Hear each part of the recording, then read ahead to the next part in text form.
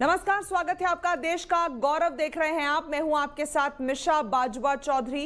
हंगामा है क्यों बरपा, वैक्सीन जो बन ली है। जी हां, देश में कोरोना की दो वैक्सीन को मंजूरी मिली तो खुशी के साथ साथ सियासी भूचाल भी देखने को मिला। भारत बायोटेक की वैक्सीन पर विपक्ष लगातार सवाल खड़े कर रहा है। कांग्रेस मोदी सरकार को घेर रही है। टीके को लेकर सियासत का टीका तेजी से चमक रहा है। वैसे जो कंपनीज मैन्युफैक्चर कर रही थी उनकी भी बहसबाजी देखने को मिली। क्या ये सियासत सही है? ये बड़ा सवाल है। क्या विपक्ष के सवाल सही हैं? क्या देश की सेहत को लेकर ऐसा होना चाहिए? विपक्ष के सवाल गलत है या सही, लेकिन इसको लेकर जनता के मन में लगातार भ्रम की स्थिति जरूर बन गई है।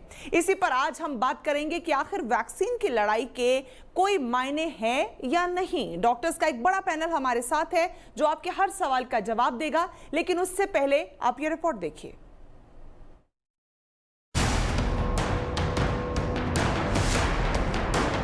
भारत में देसी वैक्सीन कोवैक्सीन को मंजूरी के बाद सियासत थम नहीं रही है। सवाल जल्दबाजी में मंजूरी को लेकर, सवाल ट्रायल को लेकर हैं। सवाल इस बात पर भी है कि ये कितना कारगर होता है। प्रोटीन पर आधारित कोवैक्सीन के पहले और दूसरे चरण में 800 लोगों पर ट्रायल हुआ। तीसरे चरण में 22,500 लोगों पर परीक्षण करने का दावा किया गया, लेकिन फाइनल नतीजा क्या रहा, इसका कोई आंकड़ा हमारे पास अभी तक नहीं है। कल वैक्सीन को सियासत की वैक्सीन लगाई जा रही थी, तो आज भी कांग्रेस वैक्सीन की विश्वसनीयता को शंका की वैक्सीन लगाती नजर आई। कोई व्यक्ति वैक्सीन नहीं लगवाएगा अगर उसकी विश्वसनीयता के ऊपर प्रश्न चिन्ह है। और ये प्रश्न चिन्ह बहुत ही संजीदा जो एपिडेमोलॉजिस्ट हैं, वायरोलॉजिस्ट हैं, विशेषज्ञ हैं, ये सवाल उन्होंने उठाए हैं। और इससे भारत की अंतर्राष्ट्रीय छवि के ऊपर भी एक बहुत बड़ा प्रश्न चिन्ह लगा है। जब मरने की स्थिति होगी तब तो मैं जरूर लगवा लूँगा, मगर मेरा स्टेटमेंट जो मैंने दिया था उसका कोर था कि प्रधानमंत्री जी स्वदेशी की बात करते हैं, तो मेरा उनसे था कि जो अपने स्वदेशी साइंटिस्ट हैं, डॉक्टर्स हैं, उन्होंने भी वैक्सीन को इतिहास किया है। आई थिंक उसको प्रमोट नहीं कर रहे। बेटर ये होता कि जो इंडियन साइंटिस्ट और डॉक्टर्स हैं वो प्रमोट करते तो वैक्सीन हल्ती और मेरे हिसाब से सस्ती भी होती वो। कोवैक्सीन पर उठते सवालों के बीच भारत बायोटेक ने दावा किया कि ट्रायल डेटा में पारदर्शिता न होने की बात सरासर गलत है। भारत बायोटेक के मैनेजिंग डायरेक्टर कृष्णा एल्ला का सवालों पर दर्द छलका। उन्होंने कहा कि हम वैज्ञानिक 200% ईमानदार हैं, पानी नहीं है हमारी वैक्सीन में। भारत बायोटेक का दावा है कि सिर्फ भारत में ही नहीं, अपनी वैक्सीन का ट्रायल उन्होंने दुनिया भर में किया है। ब्रिटेन सहित 12 देशों में उनकी वैक्सीन के ट्रायल हुए हैं। अब सवाल यह है कि क्या कोवैक्सीन बैकअप वैक्सीन है? कृष्णा एल्ला ने इसका भी जवाब दिया।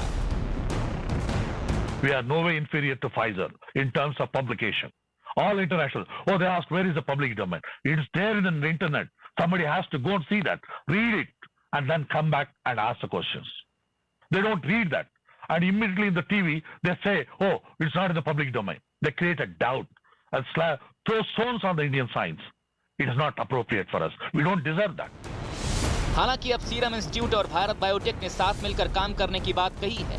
इसके लिए बाकायदा साझा बयान जारी करके कहा गया है, जिसमें पूरे देश में सही तरीके से कोरोना की वैक्सीन को पहुंचाने की कोशिशों का वादा किया गया है। इन सब के बीच आज सरकार की तरफ से भी वैक्सीनेशन को लेकर सफाई दी गई है। साथ ही बताया गया है कि वैक्सीनेशन का कार्यक्रम 13 जनवरी से शुरू हो जाएगा। I don't know what is backup. Honestly, I don't know. And that's why now everybody comes in the TV channels now. They talk about everything what they want to. And everything they throw mud into TV. And now we are now waiting to clean up all our courts now. It's a sad part. There's no backup in this world anywhere. For humans, there is no backup, human. For a virus, you don't have backup. It's a vaccine, another vaccine. That's it. And I think these sort of statements, people should be responsible in giving statements like these. Vaccine जान बचाने के लिए है। अगर कोई सवाल है तो जवाब भी मिलना चाहिए। कोई संदेह है तो इसे दूर किया जाना चाहिए। ये कोई गलत बात नहीं है, लेकिन कम से कम खेल तो बिल्कुल नहीं होना चाहिए, क्योंकि मसला चंद इंसानों का नहीं, समूचे देश का है, देश के लोगों का है।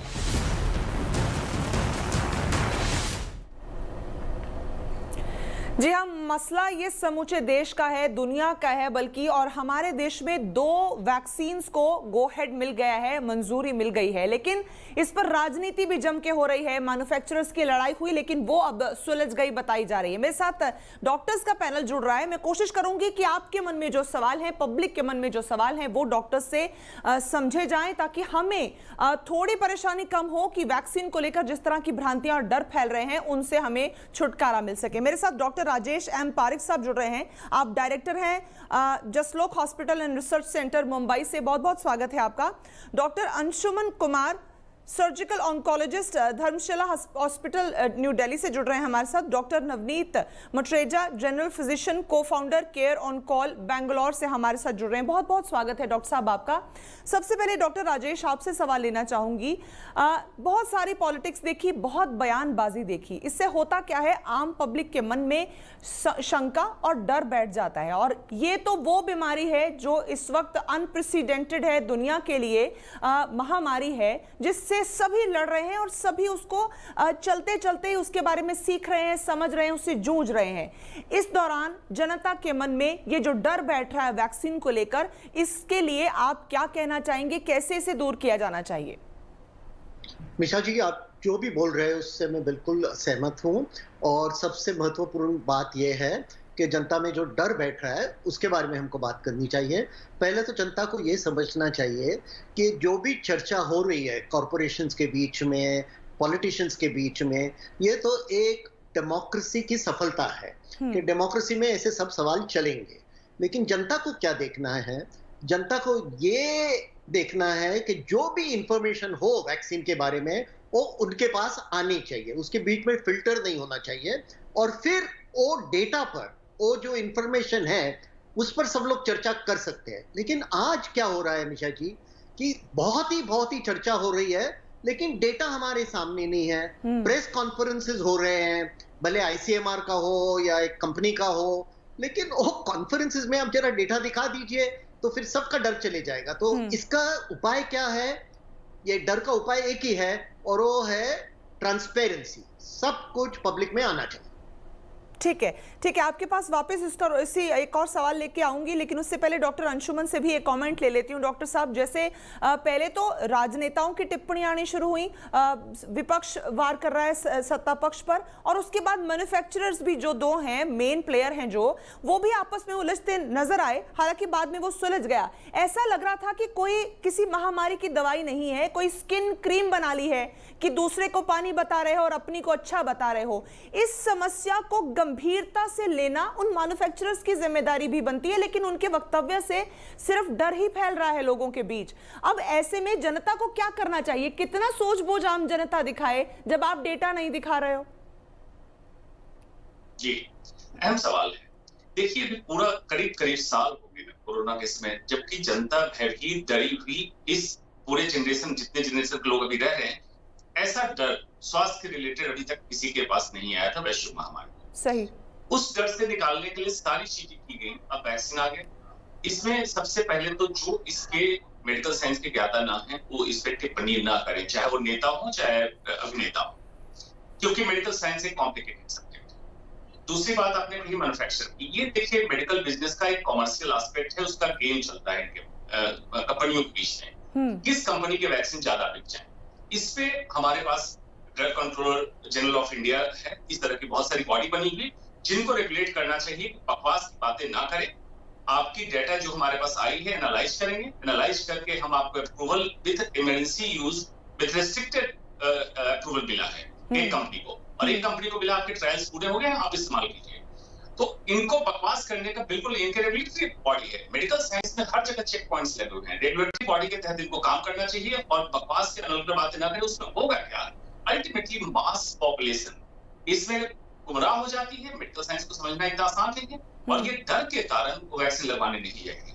और जितनी खतरनाक बीमारी है, अगर इसका समाधान निकला है तो हमें उसको फॉलो करना चाहिए। इससे दोनों से मैं रिक्वेस्ट करूंगा कि गलत इन्फॉर्मेशन ना दें, और जो भी साइंटिफिक टेम्पर की बात हो, साइंटिफिक टेम्पर की बात करें। हमारा संविधान भी कहता है article 51A section H, citizen should have scientific temper. वैज्ञानिक सोच का विकास होना चाहिए देश में, तभी देश आगे बढ़ता है।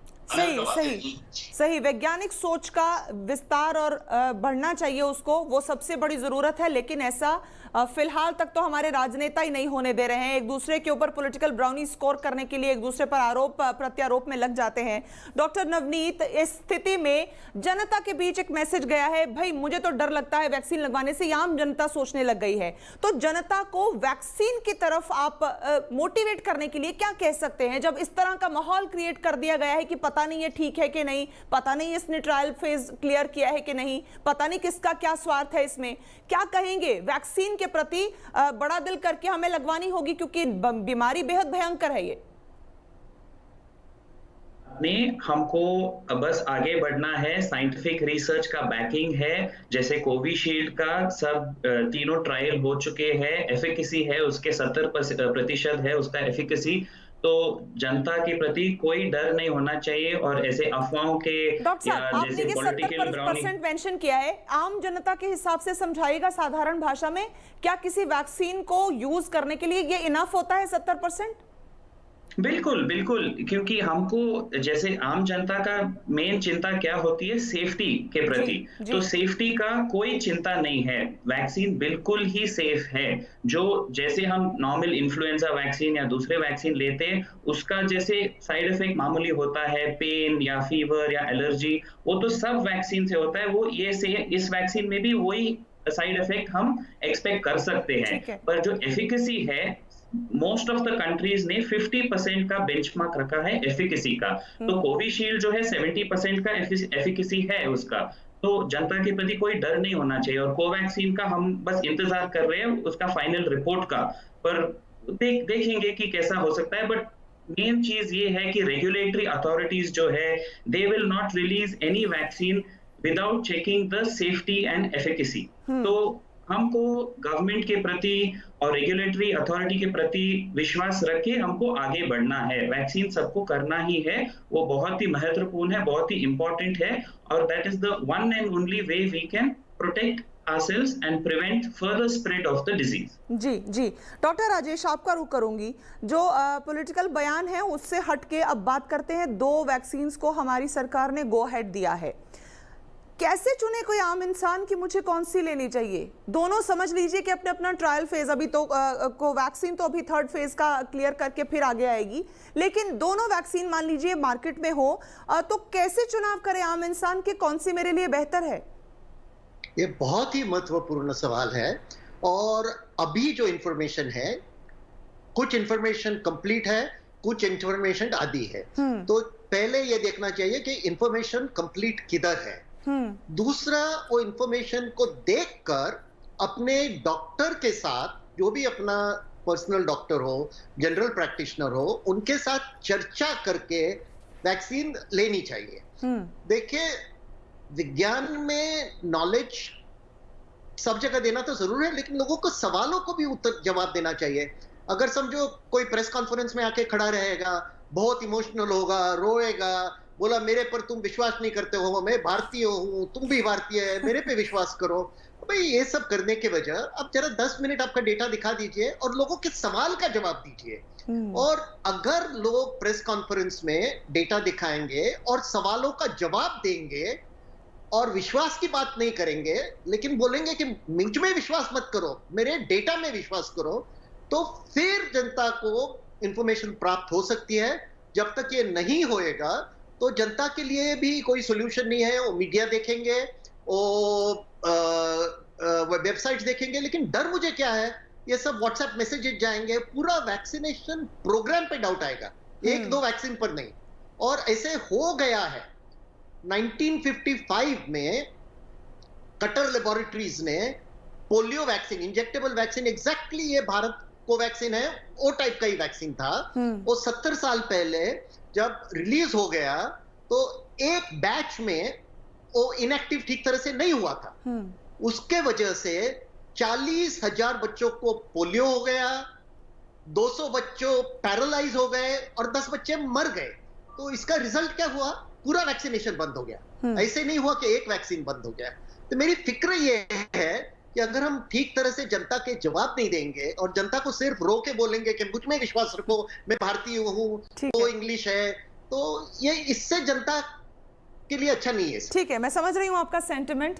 अंशुमन डॉक्टर साहब, मैं आपसे भी ये सवाल लेना चाहूंगी।